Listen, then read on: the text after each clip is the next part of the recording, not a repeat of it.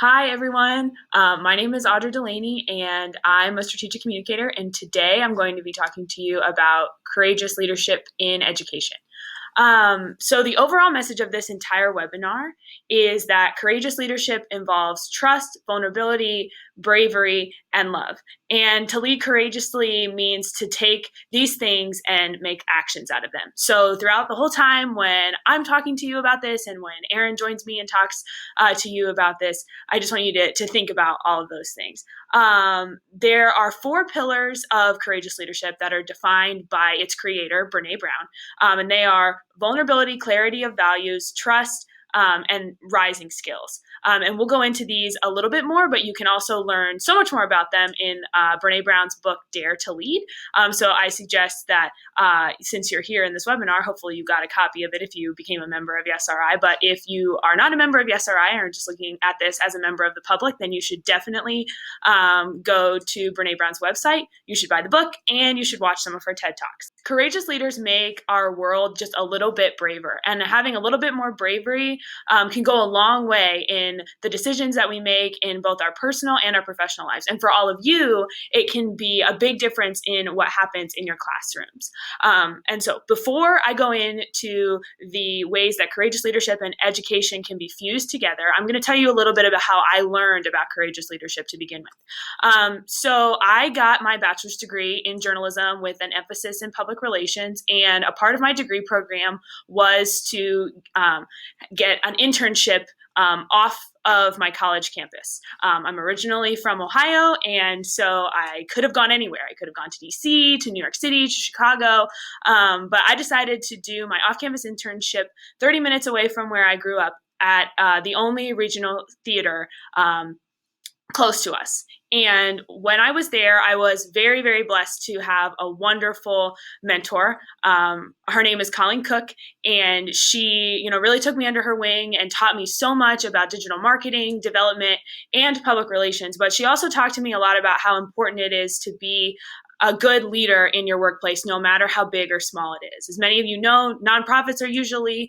much smaller than any other organization, and that means that you're collaborating all the time.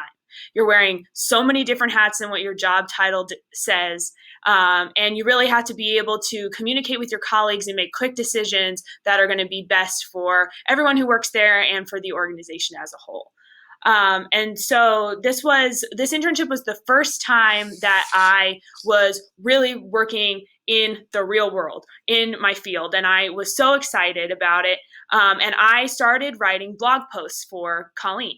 And one of the blog posts I wrote about had something to do with theater education and people working through failures as they're trying to become better artists. And I found a quote from the book Grit by Angela Duckworth.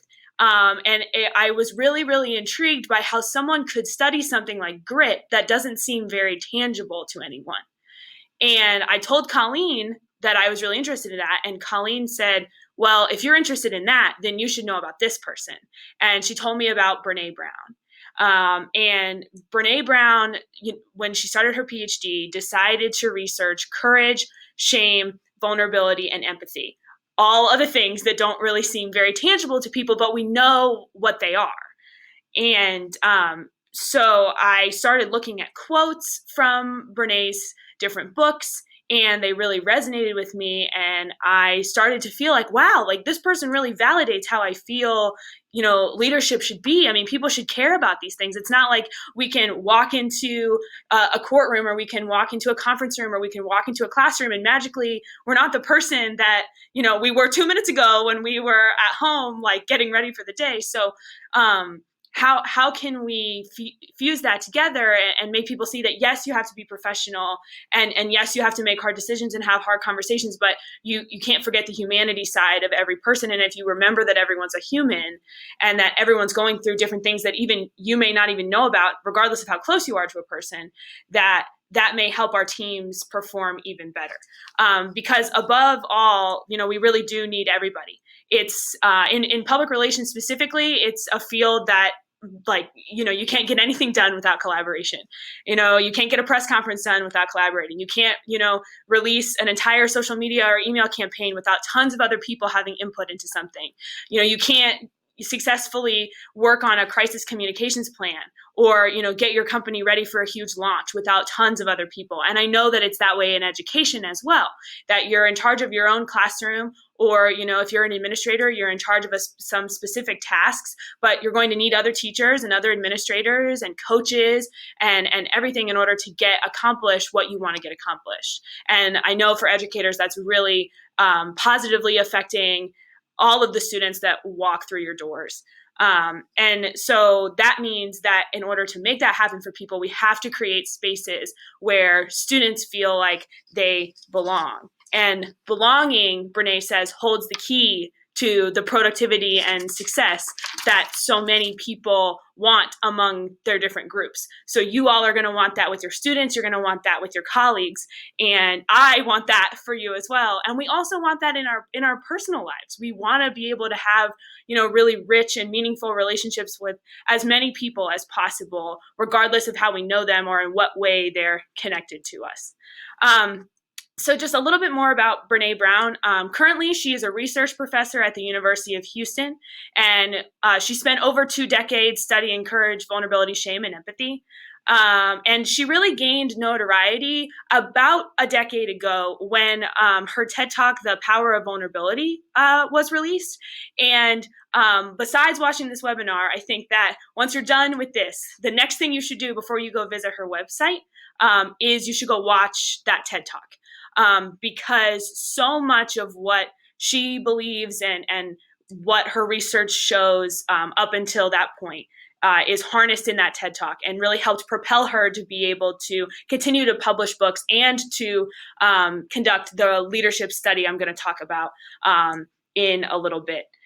So we are also going to put that on the resources page for this webinar, so you'll be able to get to that TED Talk really, really easily. And so on the same page as the place on Brene's website where the Power of Vulnerability TED Talk is, there's a lot of other videos too that could be really important to this, including one on perfectionism and one on living wholeheartedly, which we all know if we're trying to lead, perfectionism can be a real big problem. And, trying to live wholeheartedly and see the bigger picture is something that really matters too.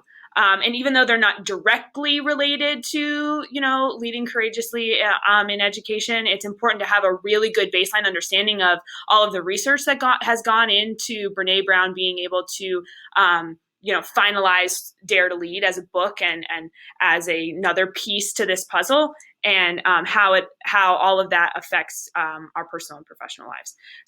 Brene Brown's written 5 New York Times best-selling books.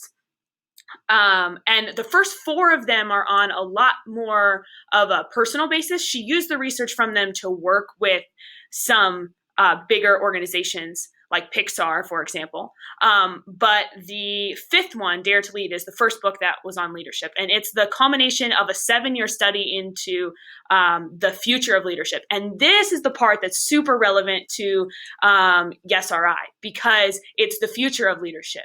And there are so many young teachers across Rhode Island and across the country that are getting into the field and are looking for ways to network with more experienced teachers, and also looking for ways, to start right off the bat leading really, really well in their classrooms. And this research is built specifically for them, because the future of leadership is going to follow them all the way through their career. And as she inevitably continues to do research into this and to other parts that fuse personal and professional lives, they're going to be able to find more and more and more resources. And so this is really relevant to young educators and other young professionals, because what Brene Brown found is going to be with them from the beginning of their careers all the way through. And so here's just a little bit of what Brene Brown talks about in Dare to Lead, in a quote that she has from Dee Dee Halfville, who was in the Air Force. So she said that she found out how important it is to use the right language to take care of hard things in our lives, and that you have to be upfront with people and tell them you're going to be vulnerable with them in order to be able to get your point across sometimes. So how can that be translated to a classroom situation? I think that a lot of the times, sometimes it can be, telling a student, okay, so this is what's happening, and here's an example of what has happened to me in my life. And so we're gonna agree that we can be on the same level, or we've been on the same level before, and now we're gonna figure out how to get you to a place where you can really be understanding all of this curriculum. And that's just one way that you can communicate effectively with a student, but you can also do that and communicate effectively with other people in your lives so that they can see how important it is for everyone to have these big conversations that may seem kind of scary to start, regardless of who you're talking to. But that if you can make people see, like, hey, I've been there, or, this is okay that you feel this way, but this is where we have to get you, then, things can improve. So why at all is any of this important? Like, why is it important in general? Why would it be important to educators? Why is it important to people in other professions? On page 142 of Dare to Lead, Brene Brown says, empathy is a choice. It's a vulnerable choice because if I were to choose to connect with you through empathy, I would have to connect with something in myself that knows the feeling.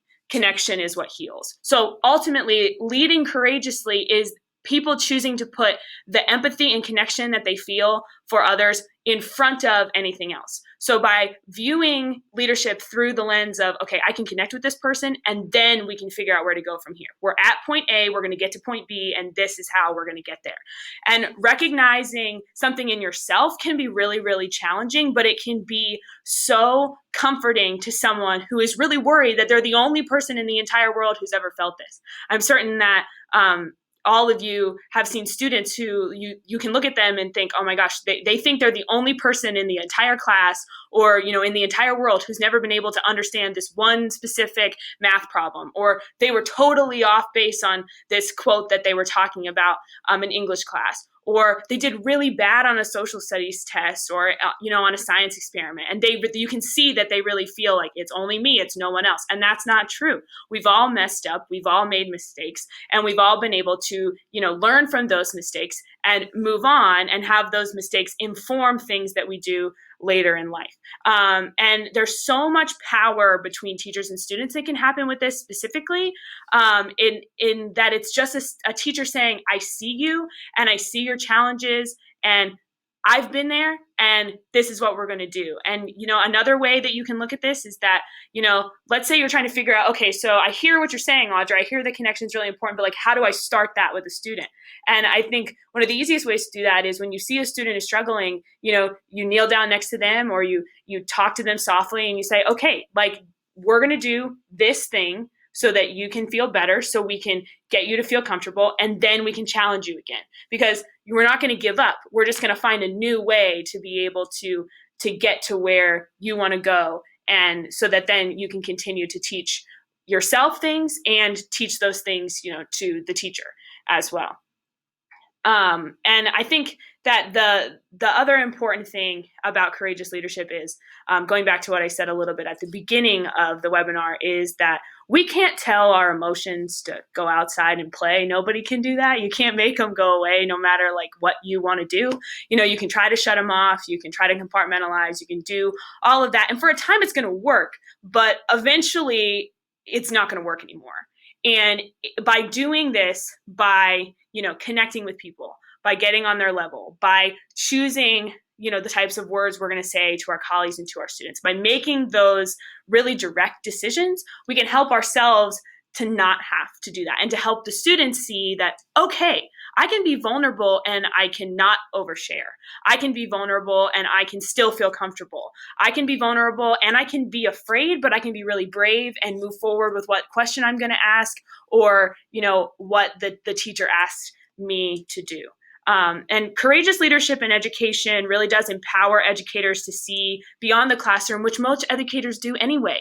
They see students and they see the potential those students have to, affect the lives of their classmates now, but then what those students are going to be able to do in the future. We all know the stories of people, being in big time professions and coming back to their high school and thanking their 10th grade history teacher for, just being there for them, or, their ninth grade English teacher, or maybe a teacher from middle school or from elementary school that they really remember being someone that taught them something and made them feel like they weren't alone. I know that when I was in fourth grade, I really struggled with math. I almost had to be put in to get some help with math because I just really wasn't understanding place value in particular. But I had a fourth grade math teacher who really showed me, like, Audrey, you're just overthinking it. Like, this is how, we can get it done. And I remember the day that I got it, that I was like, oh my gosh, I can do place value.